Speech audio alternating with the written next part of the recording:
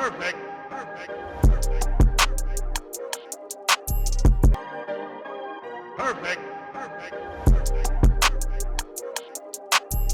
Hello, everyone, and welcome to the tier list, the official blue tier list. The big one that really made a shift in the meta, or is going to shift what rogues are good and bad, is the utility update where all gadgets now have cooldowns, so you don't get double anymore. Other than that, the only guns that got changed were the objection. We don't care about that. LMPX was better, still is better.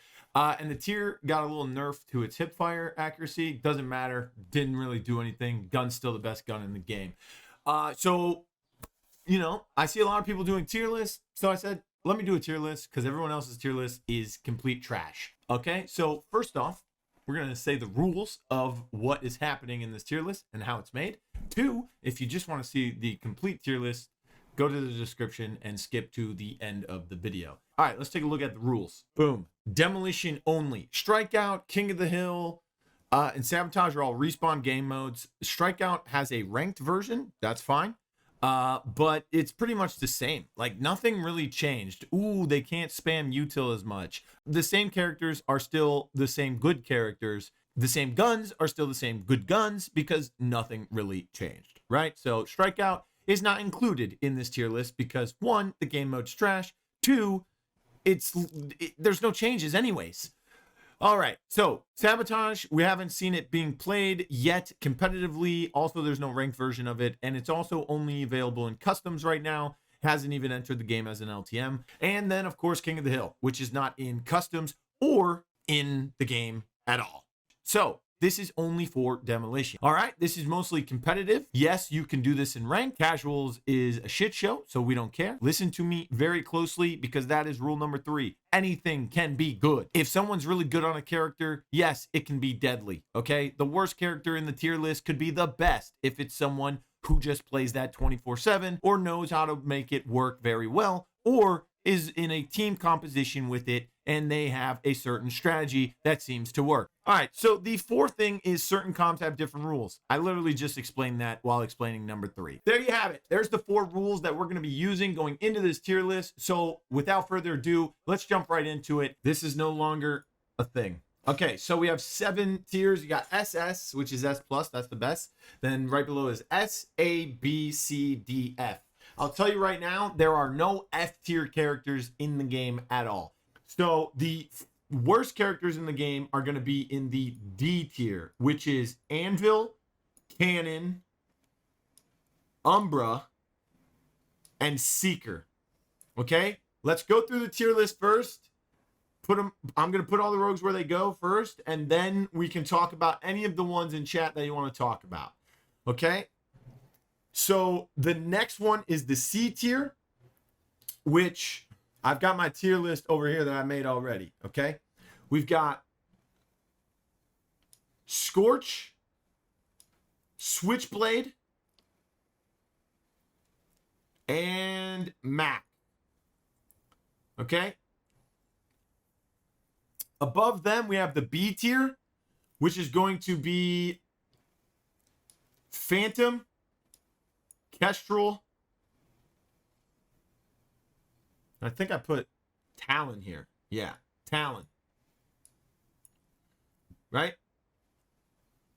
In the A tier, we're going to put, this is where a lot of the rogues go. Shock,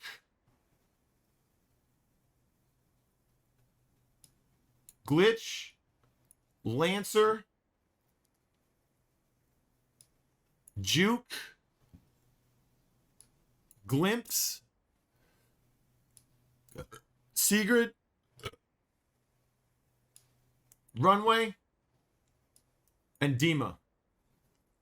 For the S tier, we are going to put Dahlia, Saint, Dallas, Ronin, and Vi. And then for SS, we have Fixer and Trench.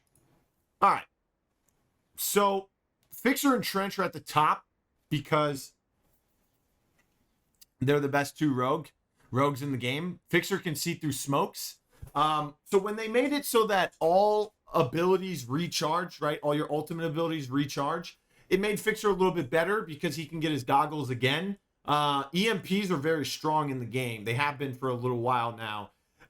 So when you see a Fixer use his goggles, you can just toss an EMP into the smoke, or if you know where he is, you hit him with it, and it takes his goggles away.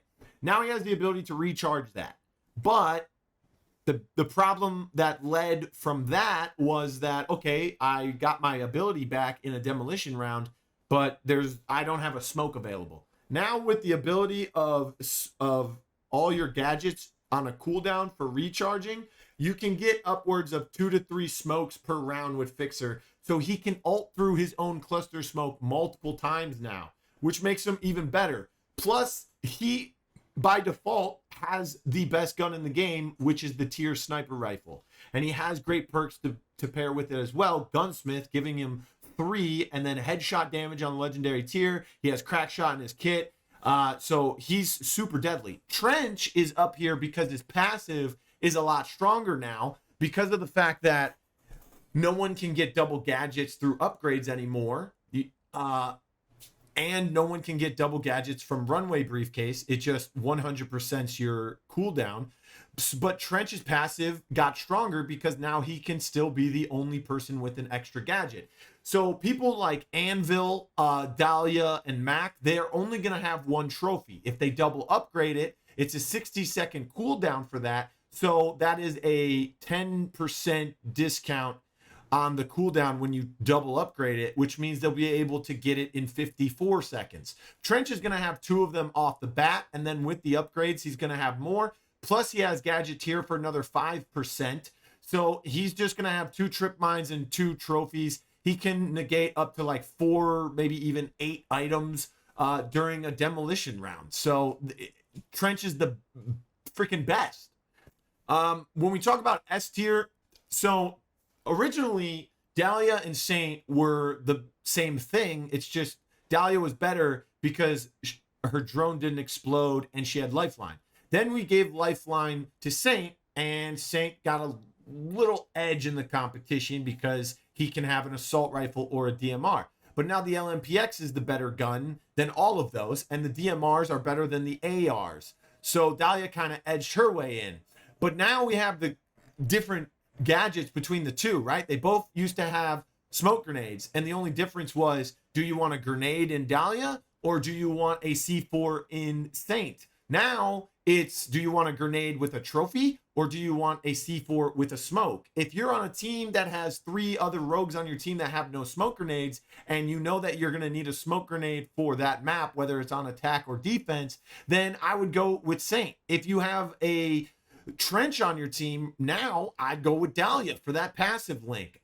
There's some other characters where the passive would be more important to have 2 people with that passive ability on the map at one point in time. If you end up getting both, that's great as well. They both have really good perks as well. It just comes down to what composition you're working with and which one you prefer at the end of the day. So really, when it comes to Dahlia Saint, the first question you need to ask yourself is which of the passives or what is in my team comp already that I can pair this with. Then you need to ask yourself, what gadgets do I want? Do I want grenade trophy or C4 smoke? And then after that, it is whichever one you prefer. Dallas is up there because he's the best reveal character in the game. First off, he has a legendary perk called Spotter. That is Hunter, the footsteps, that's Hunter, and tracker rounds put into one, okay? Not only can he reveal people with his snap, but he can now reveal people by shooting them, and he can also find people by tracking their footsteps. You go up against a Glimpse or a Lancer, he can find them easily, right? And once he does find them, he can relay that information to his team, whether the microphone is on for them or not, right? A big boost was the ability that all the abilities recharge once again. The reason for this is because Dallas used to have to play very aggressive. Dallas used to have to be an intel initiator, right? Because Dallas would have to snap, and he wouldn't get that snap back unless he downed someone. And you want that snap as much as possible in demolition. So if you down someone, you get another snap. Now you don't have to do that because all the abilities recharge. So as soon as you land, you can snap and you'll get it back. So you don't have to play as aggressive, which means you don't have to put yourself in a situation that is too dangerous, or maybe put yourself in a bad position on the map because you're trying to get more intel. So that is 2 ways to get intel. With the recharge on the ability now, doesn't have to play as dangerously. Ronin's up there because she has a good kit. You can get Blaster as well as Tenacity. She can be your bomb plant still with the smoke and Tenacity, and she can also be very aggressive because she can't be revealed. She has her ballistic knife paired with a grenade and Blaster and Nimble Hand, so you can throw and shoot the knife faster, and you can blow people up with a lot more explosive damage, right? Then you have Vi. Vi's up there because of the buff that she got to her passive, right? I talked about Umbra being very bad. Well, it's because Umbra's passive is the same thing as to Vi's, just worse, right? With Umbra, you have to either get an assist or knock someone in order to gain that extra health. With Vi, you don't have to knock someone. You don't have to get an assist. You literally just have to hit them with bullets. And she has tracker rounds. Umbra does not. So with Vi, you can reveal someone while gaining health. Then you have your Vi poisons as well. And since the abilities recharge, you get those back. She also has an Incend. Umbra doesn't have that. He has Tear Gas. Vi has Tear Gas as well. Umbra has a Bounce Nade. What's better at keeping people off of bomb plants or defusing the bomb, especially if you have someone like Anvil, Sigrid, or someone that is just, tenacity infused or has armor? Guess what? You toss an Incend at them. Easy money, right? Vi also has assault rifles. Umbra has the LMPX, which is good, and DMRs, but still, I would go with Vi, right? In the A category, these are all A category characters because they're mostly initiators. You have to play aggressive with them, and they cost a lot of money to get a good amount of their kit that you need, right? So, Chalk can rage up. He can get that ability back. The best thing about that is that now you don't have to play cautious and think to yourself, am I going to need my ability to revive myself? Am I going to need my ability to heal myself? Am I going to need my ability to get extra health and clear out sites? You don't have to worry about that anymore because it recharges. The thing holding him back a little bit into that A category is the fact that his gadgets are totally flashbang Semtex, which means that's a 75-second cooldown on the Semtex, and now you don't get double flashbangs on upgrades, so that's a 60-second cooldown. If Chalk doesn't make a play off of that flashbang, it's wasted, especially if there's no runway available. Then we have Glitch. Glitch is an A because Glitch has the best perks in the game, in their best rarity, in their best form, especially when they're combined for him. He has a great kit. He has the LMPX by default, so you don't even have to have Weapon Mastery open.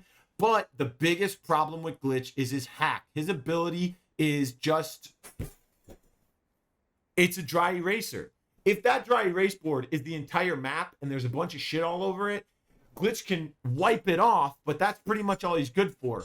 Trench is SS. The only thing that can counter that is him. So that's the only thing that really keeps him from going up even further is the fact that EMPs that 2 or 3 characters in the game can just toss at you for way cheaper is a lot better than having to use Glitch. Glitch does have good perks. He has a good gun, and he's not able to grab that intel anymore, but he can still clear out all of the trench bullshit and anyone else's deployables that they put down. He can also still see them through walls and stuff, highlighted red. So that is what is keeping him up there.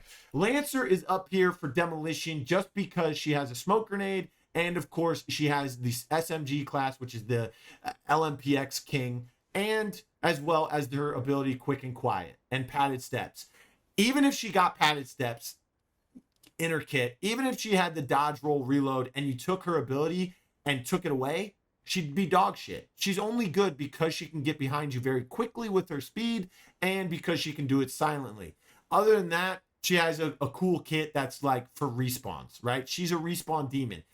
And most of the time, when you queue into a ranked demolition game, you're playing with people that don't want to turn their mics on. You're playing with someone that insta-locked Lancer. You're playing with a Lancer who just wants to flank every round. And you're playing with a Lancer who's probably going to be using an Arbitrator. And you're playing with a Lancer who doesn't buy smokes. So that's just a wasted gadget on that side. I think she should have something else. Juke is in this list because Juke is still pretty strong. Juke can have an SMG, which is the preferred option and the better option with the LMPX. Her boots are pretty dope. They can help her get to places that normal dodge rolls can't let her get to. And her turrets can not only be used as an offensive tool, but also as kind of an intel thing. If you don't know if someone's around the corner, just like you can with trench barbed wire, you could throw the barbed wire at the corner where you think they're just holding the angle, and if it starts to tick them, you know they're there. Same thing with the drone. You let the drone go, but it can go further and it can do more damage than the barbed wire. And if it starts shooting someone around the corner, you know that they're there. And then you can push them, and they either have to get rid of that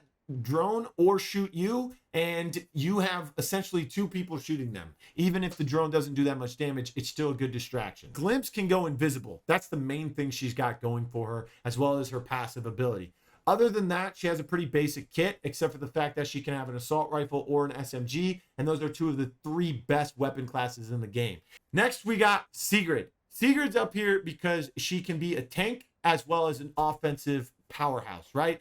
You can go cheap with Sigrid and do a lot of damage. You can also go expensive with Sigrid and be a walking tank that will not die with a shield, where the only thing that stops you is an incen or an EMP or a glitch hack, which is why those things are above them, right?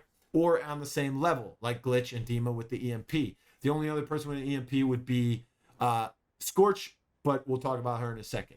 So Sigrid's up there because she can plant the bomb and be just a fortress that will not die. Also, she can kind of provide some assistance to her team with lifeline as well. And she can have an SMG, and she has a warrant when she's got that shield in front of her as well, which is the best pistol. And she can stay alive with that stim shot as well. The thing holding her back is the fact that any of the people above her would be better picks, especially if you're trying to plant the bomb. You can do it with Trench, Ronin, and Vi, and you can also do it with Chalk a lot better as well. The next pick would be Runway. Runway is good because she has a sniper rifle and can be that initiator and can get that first pick or knock someone quick enough to where you are at the advantage and you can play off of that. The other thing is that her briefcase. The problem is that people don't really understand her briefcase just yet because they're used to just dropping from the plane, throwing the briefcase on the ground, instantly getting two Semtexes or two nades or two smokes or whatever, and then just hightailing it at the enemy. Now, when you use that briefcase, you have to use it accordingly. If you don't use your Semtex right away, or you don't use smoke grenades right away, or you don't put your trip mine right away, don't use that briefcase. Also, if you use your trip mine as Runway and not your Semtex, don't briefcase yet because you're not getting 100% of its value, right? You'll get the infinite ammo, you'll refill your ammo in your guns if they're not already reloaded, and you'll get an extra trip mine. But you will not get another Semtex, and that cooldown does not change. So as soon as you use it, 75 seconds, right? The trip mine, I think, is only a 60-second cooldown. So if you're going to use it if you're going to briefcase without using both of your gadgets, do the Semtex first. It has the bigger cooldown, right? Okay, Runway can also provide that for her team, so she still has that. She has a decent kit as well. It's just you have to put a lot of money into your weapons as well as your perks and your gadgets. So if you're not slaying, or your teammates who are grabbing your briefcase are not getting kills or knocks, so you can get that assist money, means you're not going to be doing very good with the Runway, right? Then we have Dima. Dima's gotten better now because his Merv launcher can you can get another Merv launcher, right? It recharges. And also your gadgets will recharge, so no more single nades. You can have multiple grenades now. No more single EMP. You can have multiple EMPs. And the best part is again, the gadget cooldown change now makes it so that Trench is the only one with multiple APSs. Mac, Anvil, Dahlia, once you clear that APS one time with one or two negates, you can Merv launcher for free. So that's another reason why. Okay, down to the B tier. Phantom. Why would you pick Phantom when you can just pick Runway and do the same thing as a sniper? Or even better, Fixer and do the same thing as a sniper. Grievous Wounds is not that big of a plus when you're looking at people like Runway who can refill those gadget cooldowns, or Fixer who can see through smoke multiple times in a demolition round now.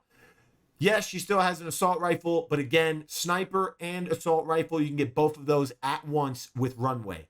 Yeah, she has some good perks, but again, the perks that she has are even better with Fixer.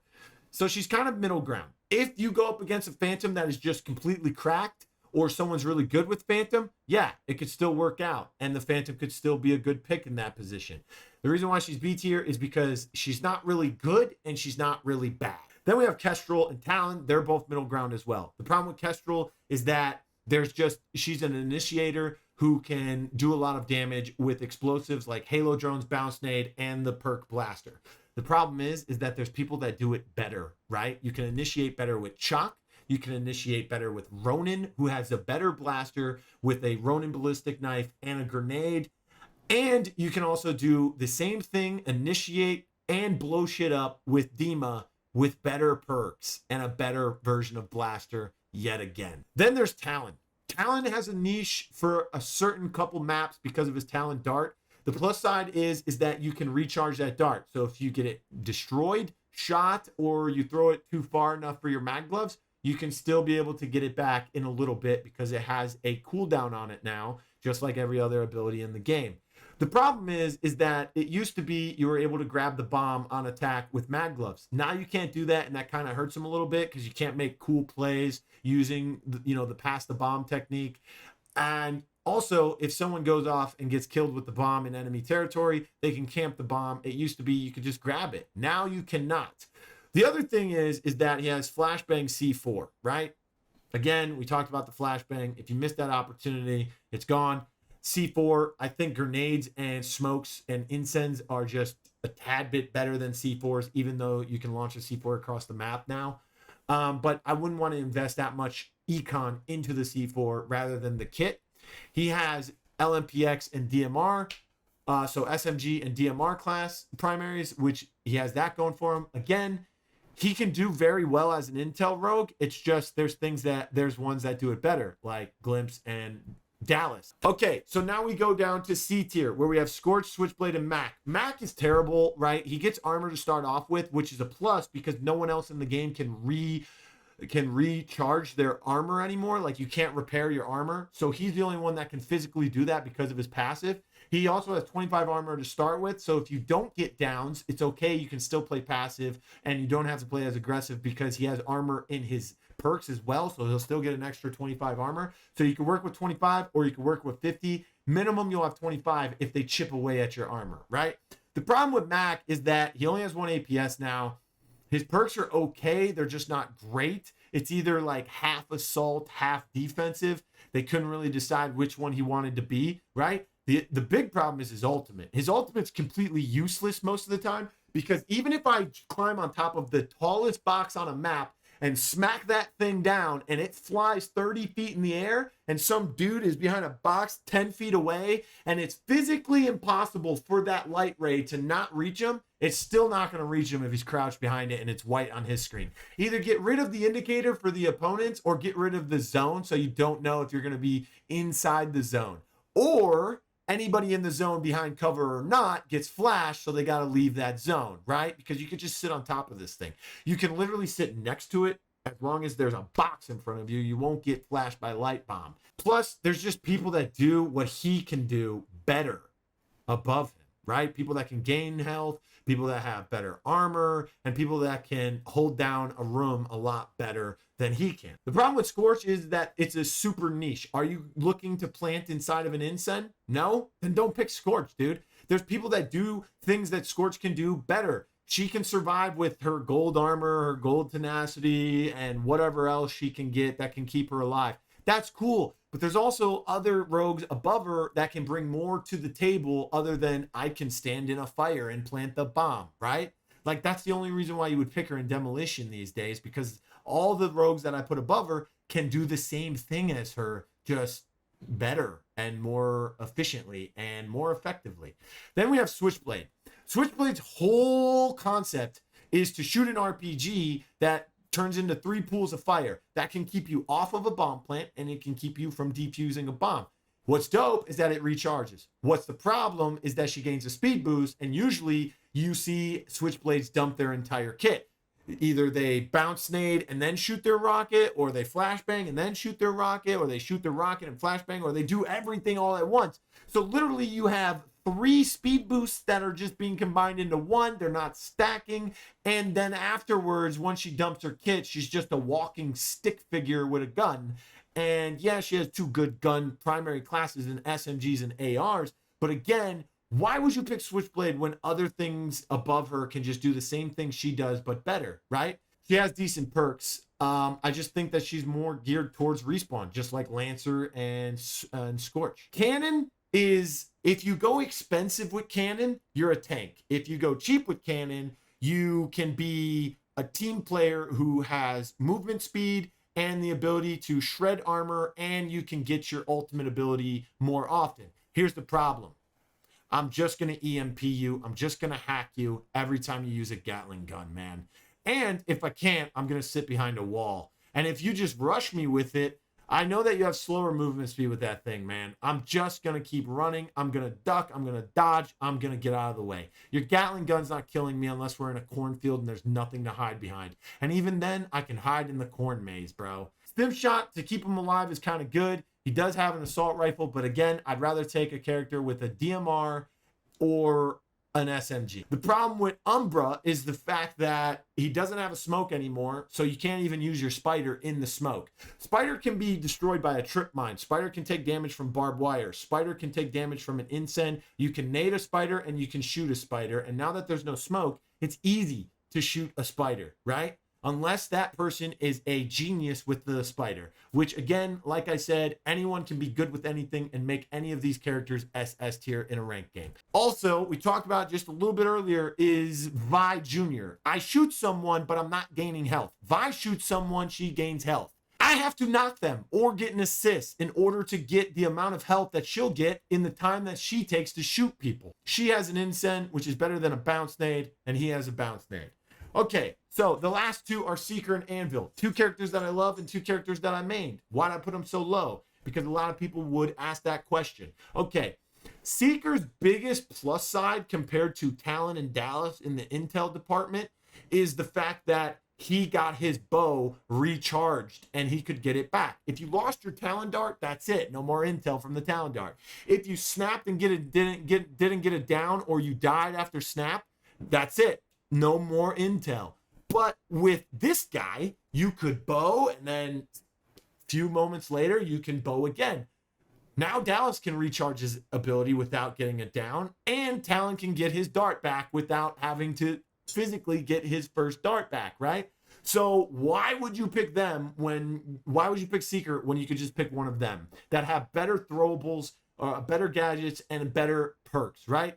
Seeker's problem is that none of the perks really stand out for him anymore compared to like Dallas or Talon. Now, some people might say, but he's not technically an intel rogue. He's listed as a support rogue. Well, his lifeline perk got nerfed to like blue or purple, I think, and it's kind of dookie meat. Plus, again, if you're going to pick him for support, there's 3 supports. There's 4 in the game. Seeker's the 4th. The other 3 are above him. Runway, Dahlia, and Saint. Why would you pick Seeker over any of those supports? So Seeker is a dual rogue. He's an intel support. He's a jack of 2 trades and a master of none. Anvil's great, except for the fact that he has 2 of the worst primary weapon classes in the game. He has an LMG and a shotgun class. Why would I choose that when I can choose Mac with a trophy system and a grenade instead of a C4 and have armor, even though it's not gold armor and not whatever life drain that Anvil has? And Anvil also has, 5 toughness and tenacity, a walking, breathing tank, right? Problem is that Mac can have the LMPX. You want to go even higher, there's other people that can hold down the fort, like Dahlia with DMR and SMG with a trophy system. And then there's Trench, who can have a DMR or an assault rifle. So now you're like, okay, but Anvil can have a barricade. He can shut down doorways, and he can shut down points. He can plant behind the shield. He can defuse behind the shield. Incense are meta, and you're just going to get incense through that, okay? That's 1. 2, EMPs are meta. You're just going to get EMP'd. 3, you only get 1 trophy. Don't waste it. If you put it behind the shield, you're getting incense on the front side. And the last and the most important part about the barricade is the fact that shredder rounds is now more common and extremely meta. Why? Because armor cannot repair. You cannot repair your armor. Shredder rounds now deals more damage to armor. Even blue shredder rounds is worth it. That's 10% more damage to deployables like the barricade. So with maybe 1 to 4 rogues on the enemy team with shredder rounds available and getting it very early in the game so they don't have to deal with armor, your barricade is getting destroyed instantly. And if it doesn't, you're just going to get incensed behind it anyway. So there's literally no point in picking Anvil anymore. Okay, so that pretty much does it for the tier list. I tried to make it as short and sweet as possible. I know there's a lot more points that I can make for each character, but that is not going to happen because I just don't know if you guys want to watch a super long video. If you stayed this long, thank you for watching the video. Make sure you like, share, and subscribe if you haven't already. And hit that notification bell. I obviously sound like a YouTuber now. And welcome. If you just skipped to this portion of the video, go ahead and take a look at the tier list now.